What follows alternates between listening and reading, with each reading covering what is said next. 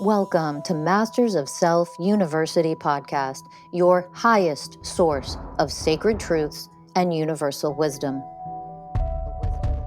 Hello, beautiful souls. I'm Rachel Fiori, mystic, spiritual teacher, psychic healer, and founder of Masters of Self University. Join our journey of soul transformation as we deep dive into this latest episode.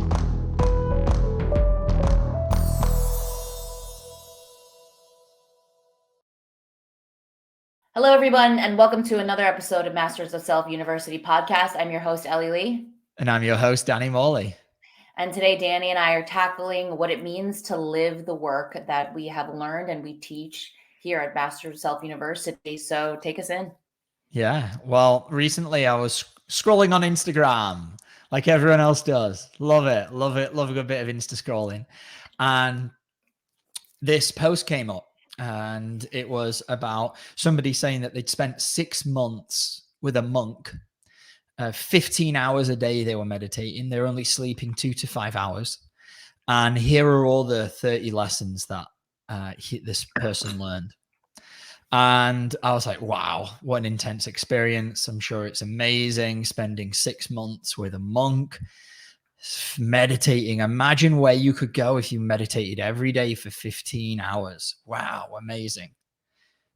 But what does that really mean? How are you applying that to your life? And I have no idea what this person did after that. I'm not here to talk about that.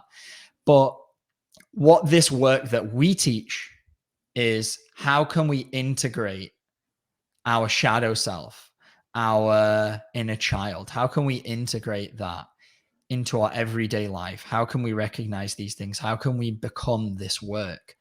And while it's amazing that this person got to go spend 6 months and meditate for 15 hours a day, while that I'm sure he or she had amazing transcendent experiences at times, what did he actually heal in those moments? Who knows? And who out there is listening that has 6 months to just stop whatever they're doing? Who has the money to go do that and go spend 15 hours a day meditating with a monk? I can't do that. I've got responsibility. I've got things that I've got to show up for in life. I can't. We've got a dog, Ellie. I can't just go, oh, I'm going to go to India for 6 months. And this is how I used to think. This is what I used to think was the solution to all my problems, is that if I can just find the right guru, I can sit in front of them, I can give up all my worldly possessions, and I can meditate and I'll be happy. And that's what's going to allow me to become enlightened. And I'm sure that is a pathway. And the particular monk that this guy was speaking about said that he thinks that enlightenment is possible during this lifetime. And it is. But you don't have to go and spend 6 months and meditate for 15 hours in the day.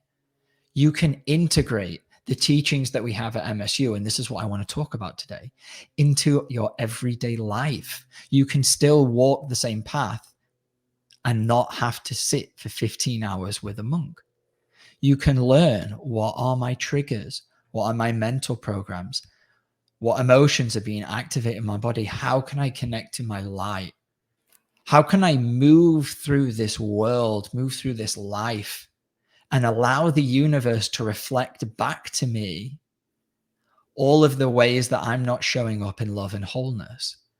That's the work that we learn here, is to allow this beautiful experience we call life to reflect back to us where we're not whole. And when we do that, we're taking our power back. We're not giving it away to sitting down for 15 hours, giving it away to a monk that, oh, the only way that I can be enlightened is by sitting here.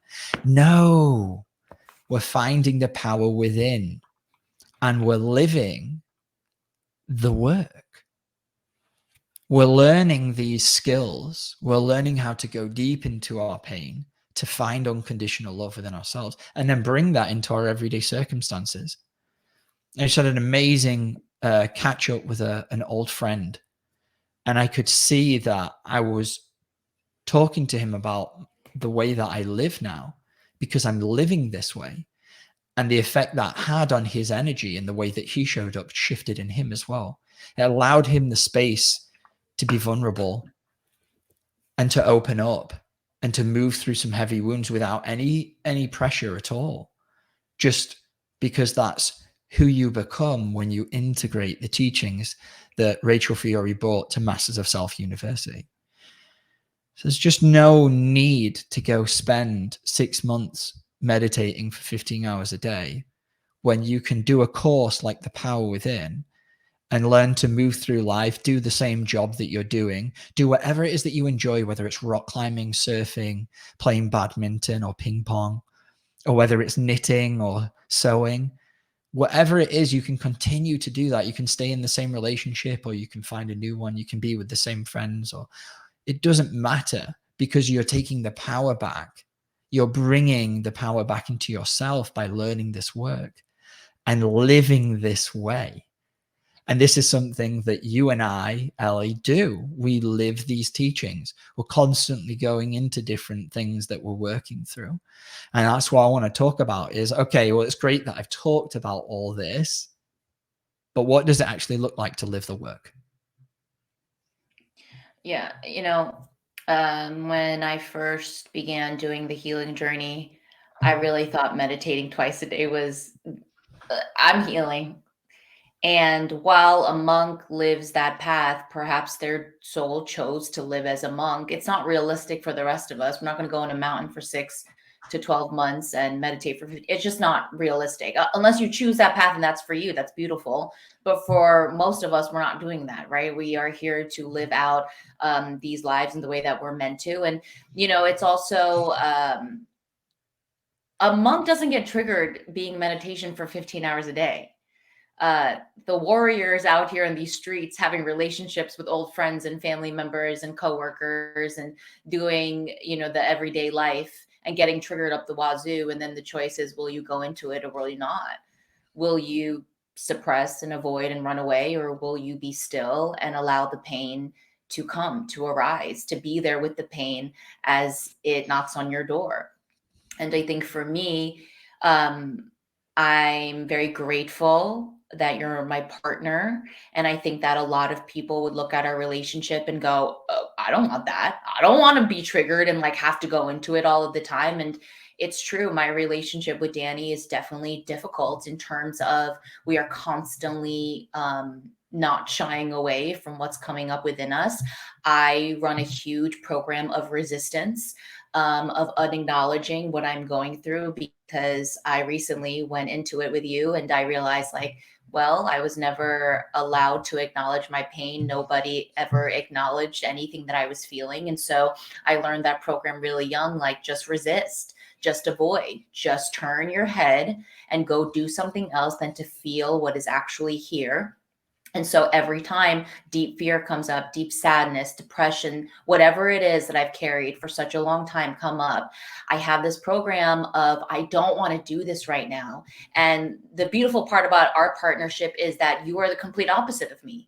You don't run the program of resistance, even though in your evolution, it comes up, but it doesn't come up on the level where I'm at right now. I've never seen someone get excited when they get triggered. Even though when you get sad, you go in, you still spend hours with yourself, understanding and going deeply into what's arising within you. And I see that. I'm like, that's not me. And I don't want to do any of that. And I was angry that I was running this program until I really went into it and I realized that is here right now and it's perfect. Me trying to go in and me feeling I was feeling so much guilt and shame that I wasn't doing the work the way that I'm taught, right? I just want to go in and heal it. But it's no, Ellie, the program resistance is here. It's a big program you run. So instead of trying to run to the end of the race, can you just be here right now and be at mile 4 and be okay with that? And really dive into why you run this program and when was it first birthed? And understanding that and accepting what is and accepting where I'm at was huge for me, because I thought I was just resisting because I didn't want, I didn't understand. I didn't see that it was a program that I was running. It would just felt well, I've always done this. So it's just I feel lazy or I'm not willing to go there. And I was shaming myself and I was feeling all this guilt, but it's no, baby, you have this program because no one acknowledged you. And it's not like, I was raised by parents that acknowledge their pain. And so you get so many programs, if not all programs, from your parents. And so I run that and I accept it. And I even said, like, Danny, like, I'm not there to love it yet. And you're like, accepting where you are is love. And I was like, damn, like everything that is right here is perfect for where you are. And wanting to get anywhere else is you not honoring exactly what is here and who is here, the inner child that's showing up now. We step on this journey and we learn all these tools to find the core wound. And we think that that is the path, about always going all the way into the deepest part. And how this works for anyone listening out there is that the universe will bring you the perfect trigger that needs your attention and healing for your own soul's evolution. Yeah. So you won't necessarily be triggered into something so deep, like the deepest core wound, when you just start this. And that's perfect, because when you're a kid, when you're a child, you can't compete at an Olympic level. You have to grow up and mature. You have to find your power. You have to do the fitness that's involved with learning what it means to be an athlete and developing the skills. And so the universe will bring you the perfect level of trigger for you to just open just a little bit more. And often we always want to go all the way into the pain, but it's the thing right at the surface that needs our attention and love. Often that thing right at the surface can be lying in our blind spot, in our unconscious, in our shadow self, which is why it's unconsciously creating a trigger in our life. Oh, why did this trigger me? Why did this person trigger me? I just want to make a quick distinction before we keep going. There's nothing wrong with being a monk. Yeah. Nothing wrong with that at all. No. But this path will get you there either just as quick or quicker, because the monk path is, let me go sit alone and not get triggered and achieve enlightenment that way. Are you truly enlightened if you can't go spend a week with your family? I think Ram Dass said that. You went on this all this trip in India and then thought he was enlightened and went home and spent a week with his family and was triggered every day out of his mind and was like, I'm not healed at all. So, because our family reflect back our deepest programs and wounds that we carry. Yeah. So, and our understanding of what these triggers are evolve. I definitely carry resistance. I know from maybe your eyes, you think I don't. I do. And I just today, over the last week, another layer of understanding how I'm resisting my own path and what it is that I'm doing, it hit. And I was like, I'm just, there's so much control. I don't want to feel this. I don't want to feel what's underneath. And when I was sat down today, the practice that I like to do is the first thing in the morning before I touch my phone, before I do anything else. I like to just be with the energies of that day, be with whatever age of child is showing up. I like to just try and feel into. This is a good tip for anyone. Just first thing in the morning, just feel into what your psyche is bringing up for you today. What maybe lessons or things that you might think you need to move through, where in your body, and if you're even more aware, where in your energetic fields, can you feel any sort of distortion, tension, or disturbance that you need to bring your awareness to?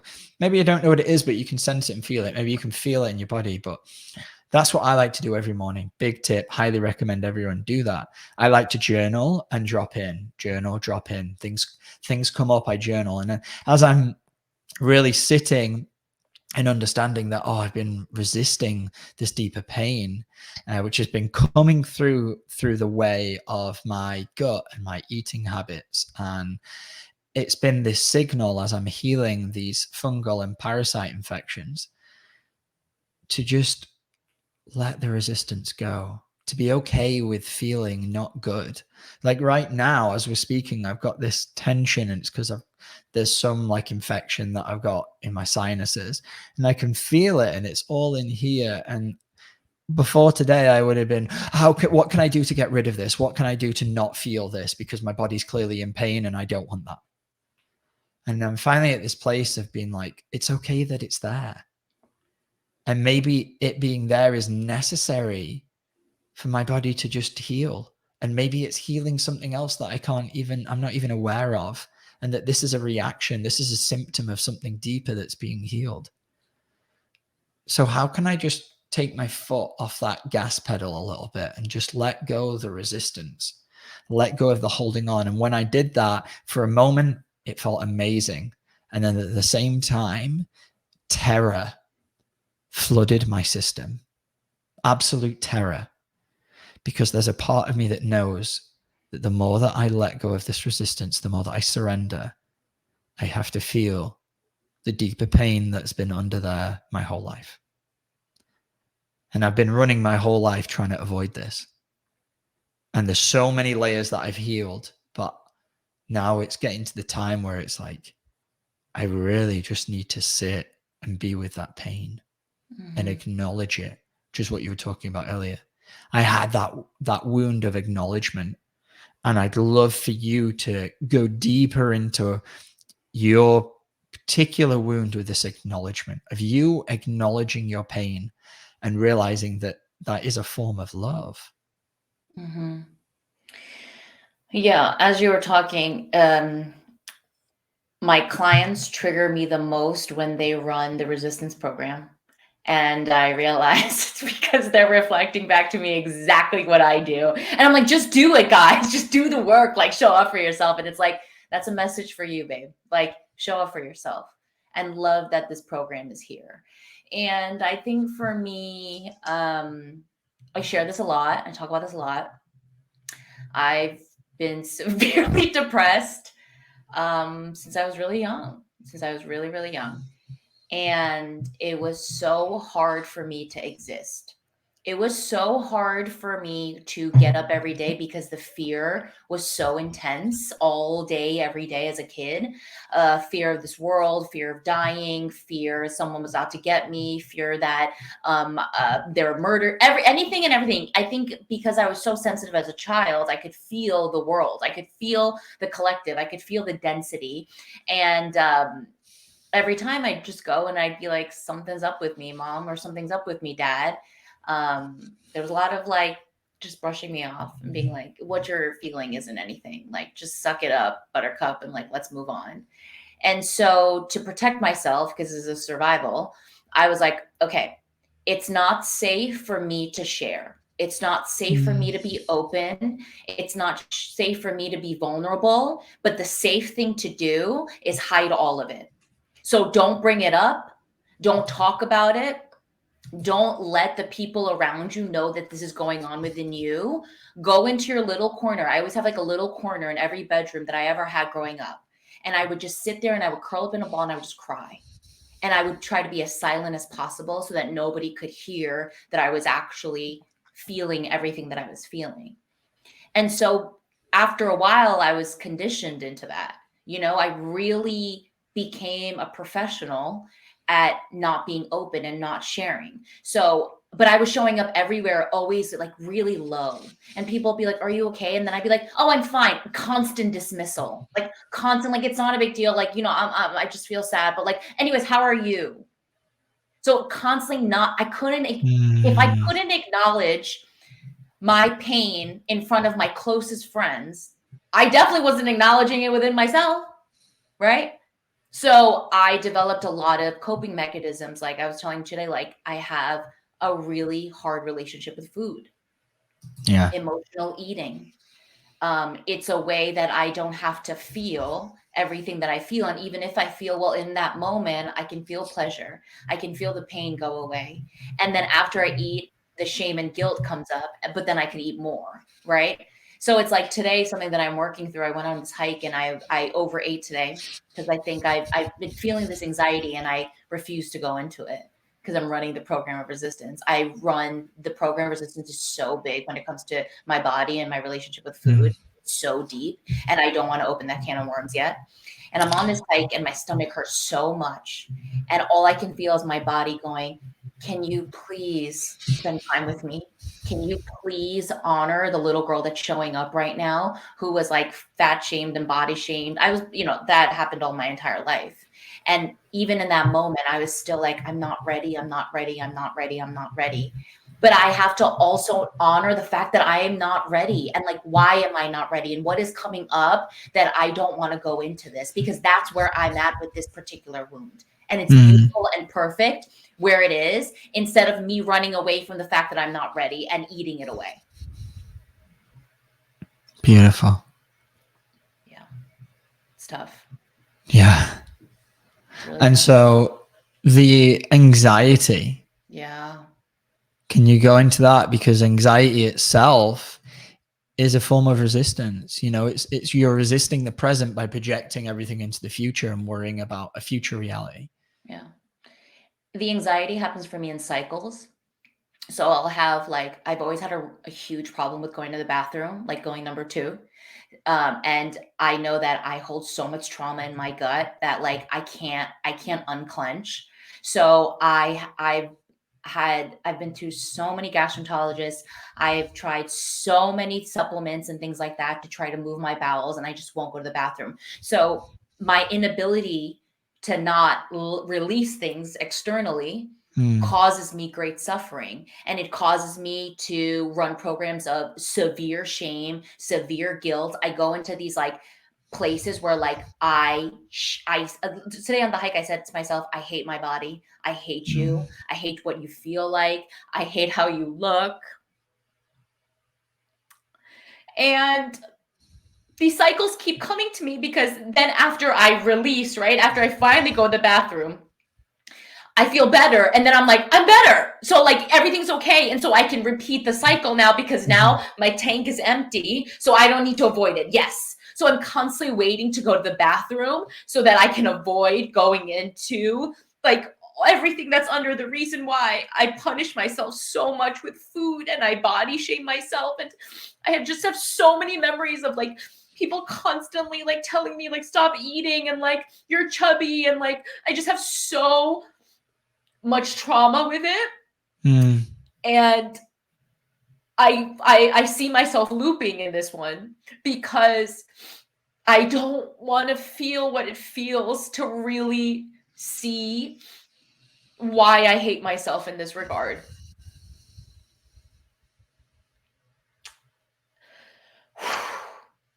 And I know, sure. and I know, it's a lot of my mom too. She went through a lot of body shaming and emotional eating, and I can feel her pain inside of her because it's within me. And now I'm in that same cycle. And it's just, it makes me emotional because I can feel there's so much pain underneath that one. Yeah. And what emotion are you feeling right now as we've been talking about this? And it's been I just feel a lot of sadness. And what's the sadness about? What's the sadness for? How much I hate myself. How much I still abuse myself. Yeah. When it comes to food and when it comes to not taking care of myself, I can feel the abandonment of self in that big time. So it's I'm standing here and I'm I'm doing all of these other things. I'm going into this wound and I'm going into that wound, but you're not going into one of the big kahunas, Ellie. You're still avoiding the huge one that has so much underneath it, because then I have to face all the body shaming and the fat shaming, and I have to face me, literally. And I seek so much validation from the world because all I've ever been taught is, well, to be skinny is good. Skinny equals attraction. Skinny equals you're valuable. Skinny is, well, if you're skinny, then you're hot, and then men love you, and like the world loves you. And I think spending so much of my career on camera, I was surrounded by that for 15 years.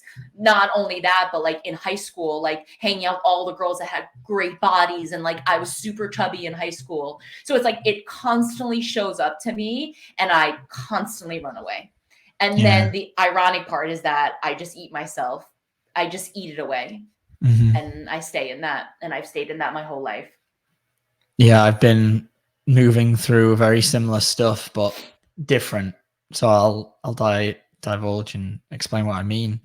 But thank you for sharing all that. Thank you for being so vulnerable.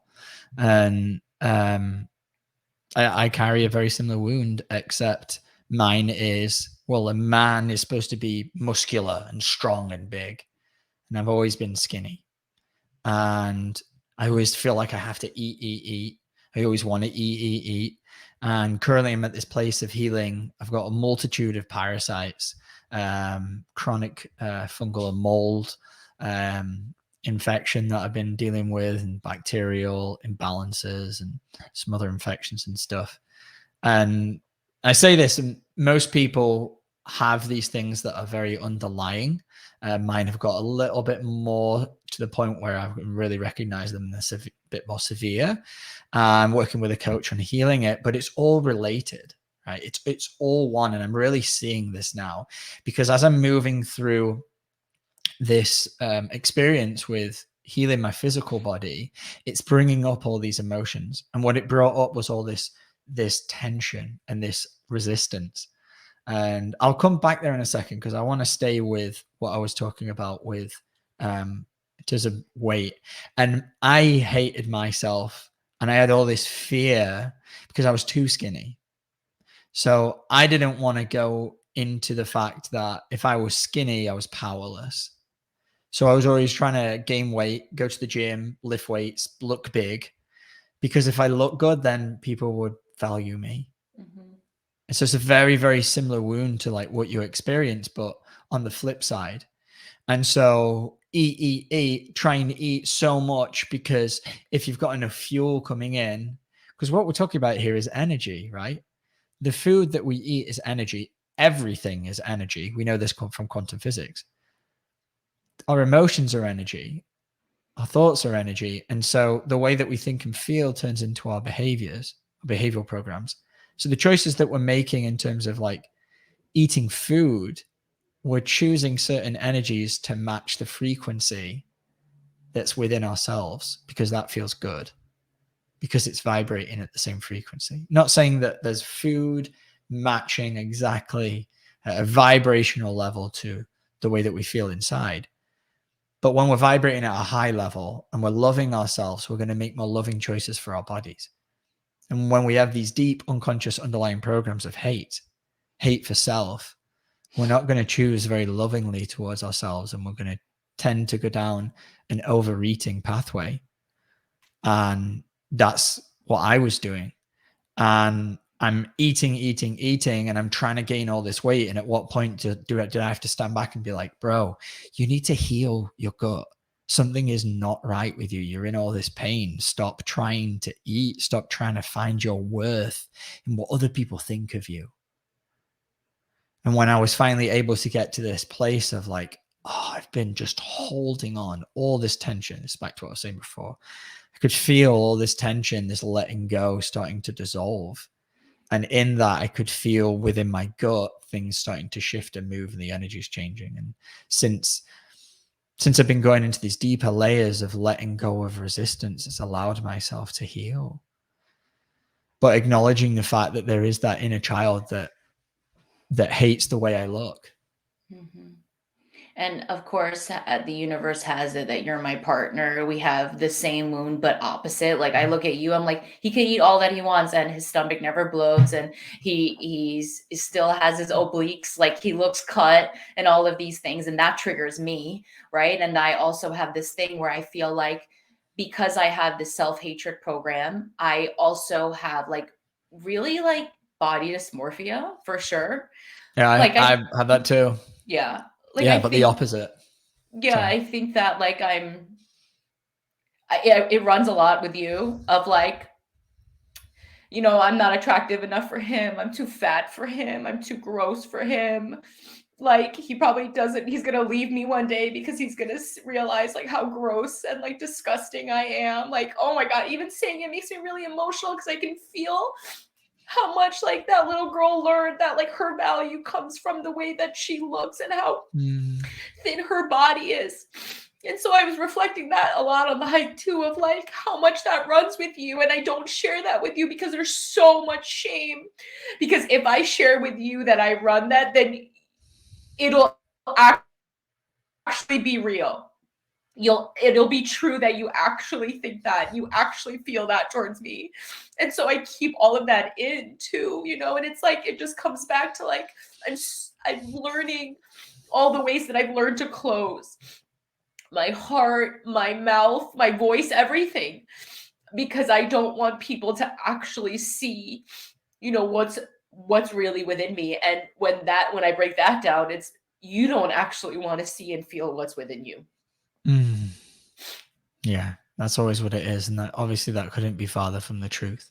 But I respect and honor your feelings, and I understand that but I walk past the mirror and I'm like, oh, you don't look muscular enough. You need to put more weight on. She's not going to find you attractive if you're so skinny. The big thing for me is these bones I have in my shoulder. That's always like if they're sticking out, I'm too skinny. That was like, at some point I decided that was my benchmark. And so I totally feel you. But this is how we create our own reality in our own minds. Yeah. Because I can look at you right now, Ellie. It's not true at all that I feel that way. Yeah. And do you feel that like, my bones sticking out here, does that cause you? Exactly. And that's not to say for anyone listening that there's a lot of objectification out there. Yeah. I mean, you take one look at the media that we're pumped full, and you look at the movies and the way people use their bodies to sell themselves. And I'm not talking about just, obviously there's porn and there's that industry, but I'm talking about use their bodies to push music. Watching a music video. Ellie shared with me a music video the other day, and it was a woman not with barely any clothes on and just dancing around. And it was a lot of objectification. She's using her body to get away in life. And that is at a certain frequency, and it does exist. But as you evolve, as you heal, you realize that that's just a program. It plays off the lust. And that's not a divine being. And that's not what I'm attracted to. And I'm sure it's the same way for you. When you see a massive, juiced up, muscly man, let me know. Are you attracted to that? No. Why? Because I can feel that it's like, underneath all those muscles, what attracts me now is like, how willing are you to look at the parts of you that really need you? And the more that I see that in others, it definitely helps me with my healing journey of understanding and knowing like, Ellie, your value doesn't come from the way that you look, of how curvy your body is, or what your boobs look like, or how fat your ass is. Like, these are all programs that are so conditioned into us. And, I'm a kid of the 80s. So I really grew up in the 90s, and that's all I was fed. You saw the skinniest girls on the billboards, on TV. Like, I'm a kid of television, so all I've ever seen is that's what's accepted, that's what's loved, that's what is good. And if you're not that, it's bad. And you need to feel the shame of that. And I feel the shame of that. Yeah, that's what we're taught. And on my side, it's like everything you look in Hollywood, it's these guys with massive muscles, and that's what a man is. And then on porn, you look at these men with giant penises and you're like, wow, look how insignificant I am. And then all that shame, and then you start shaming yourself and your own body. Look what that does. And then now you're carrying around and projecting shame, and trying to look a certain way. And, you know, if someone was to ask me who's Ellie Lee, I wouldn't start talking about what you looked like. Yeah. I'd start talking about who you are, how I feel about you, what you make me feel, who you are as a person, the kind of character that you have, the kind of values and things that you embody. I wouldn't say, oh, her leg is this big and her, like, yeah, you can, maybe you do care about that. Great. But that's not what I care about. And that comes with the more that I evolve. And I've noticed over the last couple of years, the more that I've healed, the more I've started to care less on my physical body and what I'm attracted to. It's like now I'm more interested in who I am and who they are as a person. And I don't see the human form that they're encompassing in the same way. And this is a byproduct of what happens when we live the work. When we're integrating these teachings and understanding what programs am I running. And then you start to recognize, oh, I'm running the objectification program within myself, or I'm shaming myself. And then you stop doing that to others. Yeah. And I know that I'm so grateful for this work in so many ways. Because I know that it's given me so many moments of facing little aspects of this, when before, like, I was not facing anything. And now it's like, even today, like when I overate, I could feel how much I was shaming myself. And I sat on top of this mountain and I dropped in and I said, I love you. I know right now you feel all of these things. That's okay. I love you. However long this is going to take, we'll take it centimeter by centimeter by centimeter. But I am willing to sit here with you, baby. And I get you, and I get you. And I know how much you hate what you feel and what you look like. But I'm right here. And I love you. And we're going to be in this together. And until you're ready, get to the next step, we'll get there. But for right now, it's beautiful to just be and recognize that we're saying these really, really hurtful things to ourselves, of this shaming of how we look and how we feel. Like, I'm right here. And it's about spending time with that little you that is coming up saying those things.